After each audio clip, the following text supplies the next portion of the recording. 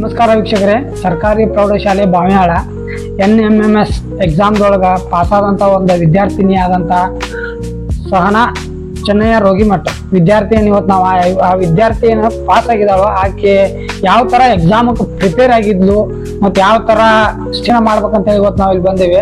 ಆ ವಿದ್ಯಾರ್ಥಿ ಕರೆದ ಸ್ವಲ್ಪ ಸ್ಟಡಿ ಬಗ್ಗೆ ಏನೇನು ಮಾಡ್ಯಾರ ಅನ್ನೋದು ನಾವು ತಿಳ್ಕೊಂಡ ನಮ್ಮ ವೀಕ್ಷಕರಿಗೂ ತಿಳಿಸ್ಬೇಕು ಅನ್ನೋ ಒಂದು ಸಣ್ಣ ಪ್ರಯತ್ನ. ವಿದ್ಯಾರ್ಥಿ ಅದಾವ, ಆಕಿದು ಒಂದು ಸ್ವಲ್ಪ ಒಂದೆರಡು ಮಾತು ಕೇಳೋಣ. ಎಲ್ಲರಿಗೂ ನಮಸ್ಕಾರ. ನನ್ನ ಹೆಸರು ಸಹನಾ ರೋಗಿಮಠ ಅಂತ ಹೇಳಿ.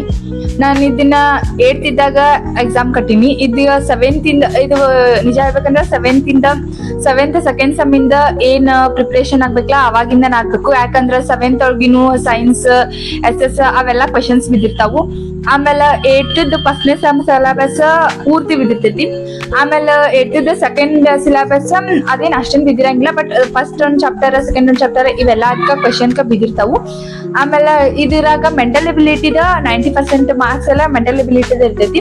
ಅದನ್ನ ನಾವು ಚೆನ್ನಾಗಿ ಸ್ಟಡಿ ಮಾಡ್ಬೇಕು. ಆಮೇಲೆ ಇದು ಎಕ್ಸಾಮ್ ಕಟ್ಟೋದ್ ಬಂದಿರ್ತೈತಿ. ಅವಾಗ ನಿಮ್ ಶಾಲಾಗ ನಿಮ್ ಸರ್ಗಳೆಲ್ಲ ಹೇಳ್ತಾರು ಎಕ್ಸಾಮ್ ಕಟ್ಟೋದ್ ಬಂದೈತಿ ಕಟ್ರಿ ಅಂತ ಹೇಳಿ. ಆಮೇಲೆ ಅದು ಎಕ್ಸಾಮ್ ನಾವ್ ಕಟ್ಟಿ ಅದ್ರಿಂದ ಹಾಲ್ ಟಿಕೆಟ್ ಕೊಡ್ತಾರ ಅವ್ರ. ಆ ಹಾಲ್ ಟಿಕೆಟ್ ಇಲ್ದ ನಮ್ಗ ಇದಾಗಂಗಿಲ್ಲ. ಮತ್ ಇದ್ರಾಗ ನಾವ್ 4 ಆಪ್ಷನ್ ಇರ್ತಾವ ಎಕ್ಸಾಮ್ ಬರೆಯುವಾಗ.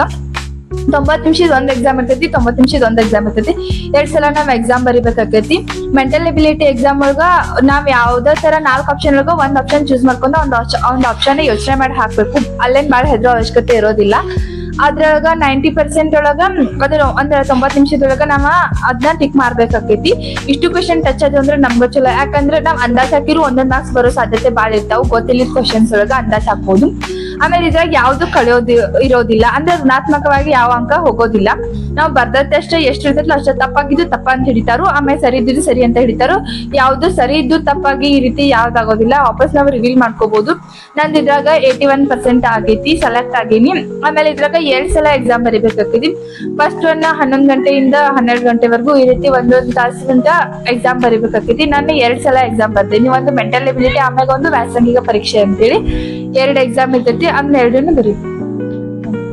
ಈ ಎಕ್ಸಾಮ್ ಬಗ್ಗೆ ನಿಮಗ್ ಮುಂದಿನ ಎಕ್ಸಾಮ್ ಬಗ್ಗೆ ಮುಂದೆ ನಿಮಗ ಯಾವ ತರ ಅನುಕೂಲ ಐತಿ ಮತ್ ಮುಂದೆ ಏನ್ ಬೆನಿಫಿಟ್ ಐತಿ ಅಂತ ಹೇಳಿ ಮುಂಬರುವ ವಿದ್ಯಾರ್ಥಿಗಳಿಗೆ ಸ್ವಲ್ಪ ಅದ್ರ ಬಗ್ಗೆ ಮಾಹಿತಿ ಹೇಳ್ಬೇಕಂತ.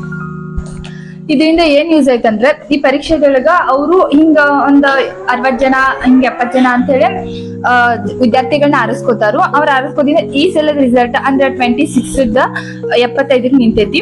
ಹಿಂಗ ನಾವ್ ಜಾಸ್ತಿ ಸ್ಕೋರ್ ಮಾಡಿದ್ರೆ ಇನ್ನೂ ಚಲೋ ಆಗ್ತೈತಿ. ಯಾಕಂದ್ರ ಎಲ್ಲಾರು ಪಾಸ್ ಆಗ್ಬೋದು. ಆಮೇಲೆ ಇದನ್ ಪಾಸ್ ಆದ್ರು ಅಂತಂದ್ರ 5 ವರ್ಷ ಅಂದ್ರೆ 8th ಮುಗ್ದಿರ್ತೈತಿ. 8 ಮುಗ್ದಿನ ರಿಸಲ್ಟ್ ಬರ್ತೈತಿ. 9th 10th 11th 12th review pass ಮಟ ಇವ್ದ ತಿಂಗಳ 2,000 ಅಂತ ನಮ್ಮ ಅಕೌಂಟಿಗೆ ರೊಕ್ಕ ಜಮಾ ಹಾಕಿರ್ತಾವು. ಇವ ರೊಕ್ಕ ಜಮಾ ಆಗ್ಬೇಕಂತಂದ್ರೆ ನಮ್ಮ ಆಧಾರ್ ಕಾರ್ಡ್, ಆಮೇಲೆ ಕಾಸ್ಟ್ ಇನ್ಕಮ್, ರೇಷನ್ ಕಾರ್ಡ್ ಇವೆಲ್ಲ ಸರಿ ಇರ್ಬೇಕು. ಆಮೇಲೆ ಸರಿ ಇಲ್ದಿಲ್ಲ ಅಂತಂದ್ರೆ ಇದು ಅವ್ರ ಅಮೌಂಟ್ ಬಿಡೋಕ್ಕಿಂತ ಮುಂಚೆ 1 ತಿಂಗಳು ಟೈಮ್ ಇರ್ತೈತಿ. ಆ ಟೈಮ್ ಒಳಗೆ ಇವನ್ನೆಲ್ಲ ನಾವು ಸರಿ ಮಾಡ್ಕೋಬೇಕು.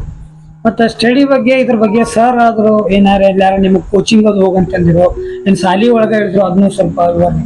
ನಾವ್ ನಿಜ ಹೇಳ್ಬೇಕಂದ್ರ ನಾವ್ ಯಾವ್ದು ಕೋಚಿಂಗ್ ಹೋಗಿಲ್ಲ. ಯಾಕಂದ್ರ ನಮ್ಗ ಸರ್ಗಳ ಏನ್ ಹೇಳ್ತೀರ ನಾವ್ ಅದ್ರ ಮೇಲೆ ಓದೋದು ಬರೆಯೋದು ಮಾಡ್ತಿದ್ವು. ಆಮೇಲೆ ಇದ್ರಾಗ ನಮ್ಗ ಸೈನ್ಸ್ ಒಳಗ್ ಜಾಸ್ತಿ ಇಂಟ್ರೆಸ್ಟ್ ಇತ್ತು. ಆಮ್ಯಾಗ SS ಒಳಗೂ ಜಾಸ್ತಿ ಇಂಟ್ರೆಸ್ಟ್ ಇತ್ತು.